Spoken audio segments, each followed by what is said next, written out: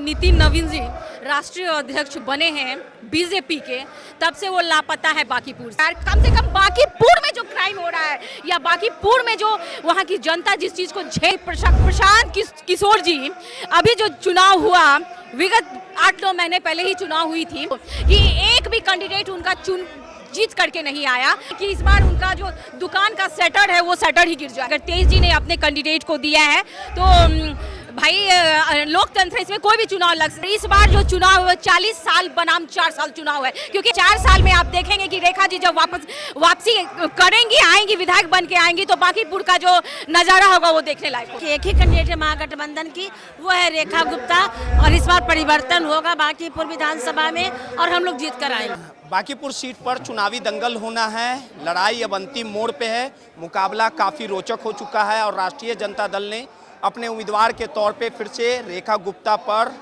दांव खेला है। तेजस्वी यादव ने साफ तौर पे कहा है कि इस बार बांकीपुर में परिवर्तन होना है और देखिए तमाम जो यहाँ पे लोग हैं उनकी मौजूदगी है। हमारे साथ राष्ट्रीय जनता दल की नेत्री भी हैं। पूजा जी, रेखा गुप्ता कितना परिवर्तन कर पाएंगी और बांकीपुर की जनता को वाजिब हक दिला पाएंगी, मिल पाएगा? बिल्कुल बिल्कुल बिल्कुल। आप देख रहे हैं कि जब से नितिन नवीन जी राष्ट्रीय अध्यक्ष बने हैं बीजेपी के, तब से वो लापता है बांकीपुर से, और बांकीपुर की जनता को उनके विधायक वहाँ से जब से गए हैं तब से उनको पूछने वाला और देखने वाला कोई नहीं है। और बांकीपुर के जब वार्ड वाइज आप घूमेंगे, जब आप बांकीपुर जाएंगे तो आपको पता चलेगा कि वहाँ काम आखिर हुआ क्या है।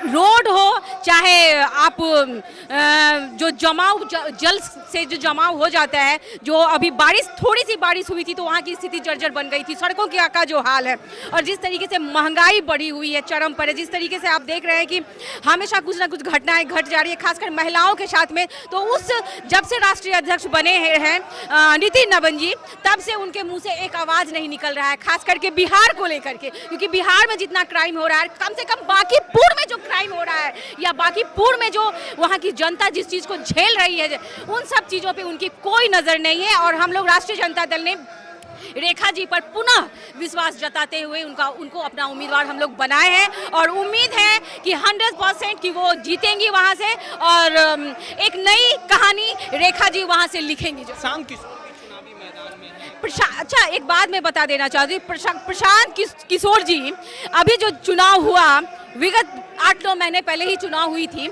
आपने देखा कि जिस तरीके से उन्होंने अपना बाजार लगाया, उस मार्केट में, उस दुकान से कुछ भी सामान बिक्री नहीं हुआ। आप समझ रहे हैं मेरी बात को, कि एक भी कैंडिडेट उनका जीत करके नहीं आया। तो जिस आदमी ने पूरी मार्केट लगाई, बाजार लगाई, दुकान लगाई और एक भी उनका सामान बिका नहीं, तो क्या लगता है क्या कि इस बार चुनाव में वो जीत पाएंगे? असंभव की बात है। और मुझे तो लगता है यही कि इस बार उनका जो दुकान का शटर है वो शटर ही गिर जाएगा।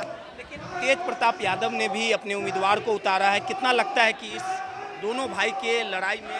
देखिए लोकतंत्र में कोई भी चुनाव लड़ सकता है। अगर तेज जी ने अपने कैंडिडेट को दिया है तो भाई लोकतंत्र इसमें कोई भी चुनाव लड़ सकता है, चाहे वो प्रशांत किशोर जी हो, चाहे बीजेपी ने जिस कैंडिडेट को दिया है, हर कोई लड़ेगा ही चुनाव। लेकिन हम लोग लड़ाई कर रहे हैं, फाइट कर रहे हैं और रेखा जी पे 100% हम लोगों ने भरोसा जताया है। और रेखा जी पिछले चुनाव में ही अपनी रेखा खींच चुकी है और इस बार जो चुनाव 40 साल बनाम 4 साल चुनाव है, क्योंकि हमें बस 4 साल का ही मौका चाहिए, क्योंकि 1 साल तो समझिए लगभग बीत चुका है और 4 साल में आप देखेंगे कि रेखा जी जब वापसी करेंगी, आएंगी, विधायक बन के आएंगी, तो बांकीपुर का जो नजारा होगा वो देखने लायक होगा। सीधे तौर पे और भी नेत्री हैं, किस प्रकार से समीकरण लग रहा है बांकीपुर? समीकरण बहुत मजबूत है।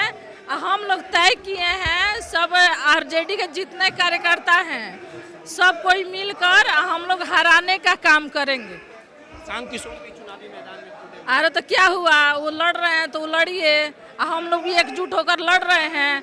हम लोग आरजेडी का झंडा वहाँ गाड़ कर रहेंगे। भारतीय जनता पार्टी की पूरी टीम उतर चुकी है, तो हम लोग भी भाई पूरी टीम उतर चुके हैं, ऐसा नहीं है हम लोग चुप हैं, हम लोग भी उतर चुके हैं और हराने का काम करेंगे हम लोग भी। रेखा गुप्ता जीत की लकीर खींच पाएगी मैडम? खींच पाएगी, इस बार लग रहा है खींच। कि बांकीपुर में काम हो पाया है, क्या लगता है? काम तो नहीं हो पाया है, पर रेखा गुप्ता के आने से काम होगा।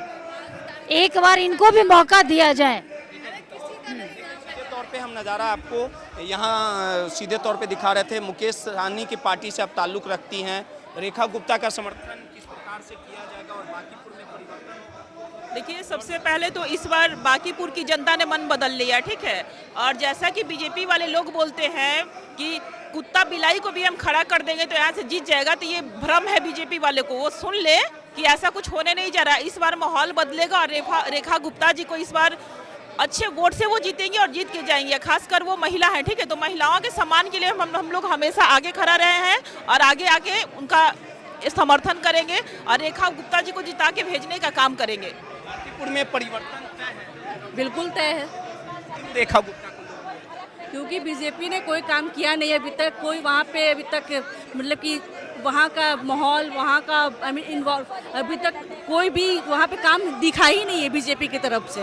वो 30-35 साल से थे, अभी तक वहाँ पे रोड ना, पढ़ाई ना, शिक्षा ना, हॉस्पिटल ना, पानी, कोई का वहाँ पे अभी तक हुआ ही नहीं है कुछ। प्रशांत किशोर भी चुनावी मैदान में तो है, वो तो बहुत लोग आते जाते रहते हैं। आबालता जी, कितना समीकरण बदल पाएगा कि सिर्फ वोट काटने की भूमिका रहेगी रेखा? नहीं, वोट काटने की भूमिका नहीं है, क्योंकि ये पहले भी चुनाव लड़ी है, तो उपचुनाव हो रहा है। ये आम चुनाव में भी ये लड़ी थी और उसमें अच्छा फाइट की थी। सबसे बड़ी बात ये है कि 1 साल तक ये क्षेत्र में ही बनी रही, ये जनता के बीच में ही रही, तो इसलिए इनका हक बनता था और ये मजबूती से लड़ेगी। जो चंद लोग अफवाह उड़ा रहे थे कि अलग अलग कैंडिडेट आएंगे महागठबंधन से, ऐसा कोई नहीं है। मैसेज जाएगा कि एक ही कैंडिडेट है महागठबंधन की, वो है रेखा गुप्ता, और इस बार परिवर्तन होगा बांकीपुर विधानसभा में और हम लोग जीत कर आएंगे। जो महिला राजद की नेत्री, उनका साफ तौर पे कहना है कि रेखा गुप्ता की जीत होगी। सहयोगी मुन्ना के साथ रोहित, माई पीडीएस समाचार, पटना।